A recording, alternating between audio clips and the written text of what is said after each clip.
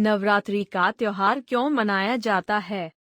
जब भी बात नवरात्र की आती है तो हमारा दिमाग पाठ पूजा, देवी माँ की अर्चना आरती तक ही सीमित रह जाता है। लेकिन क्या आप जानते हैं कि नवरात्र का त्योहार क्यों मनाया जाता है? इसकी मान्यता क्या है? सदियों से हम नवरात्र का त्योहार मनाते आ रहे हैं, व्रत रखते आ रहे हैं। देश के अलग अलग हिस्सों में अलग अलग तरीकों से इस त्योहार को मनाया जाता है। कहीं कुछ लोग पूरी रात गरबा और आरती कर नवरात्र के व्रत रखते हैं, तो वहीं कुछ लोग व्रत और उपवास रख माँ दुर्गा और उसके 9 रूपों की पूजा करते हैं। लेकिन इस नवरात्र के पीछे असल कहानी क्या है? इससे जुड़ी एक पौराणिक कथा है।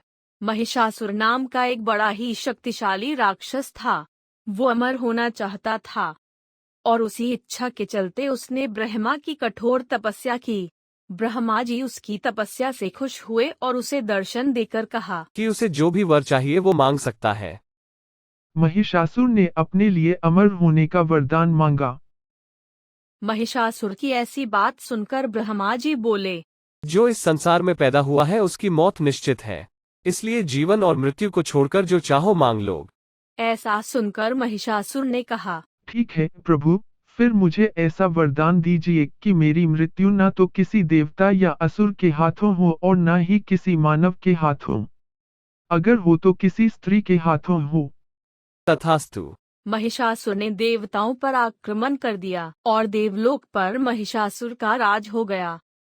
महिषासुर से रक्षा करने के लिए सभी देवताओं ने भगवान विष्णु के साथ आदि शक्ति की आराधना की। उन सभी के शरीर से एक दिव्य रोशनी निकली जिसने एक बेहद खूबसूरत अप्सरा के रूप में देवी दुर्गा का रूप धारण कर लिया। देवी दुर्गा को देख महिषासुर उन पर मोहित हो गया और उनसे शादी करने का प्रस्ताव रखा। देवी दुर्गा मान गईं, लेकिन एक शर्त पर कि महिषासुर को उनसे लड़ाई में जीतना होगा। महिषासुर मान गया और फिर लड़ाई शुरू हो गई जो 9 दिनों तक चली।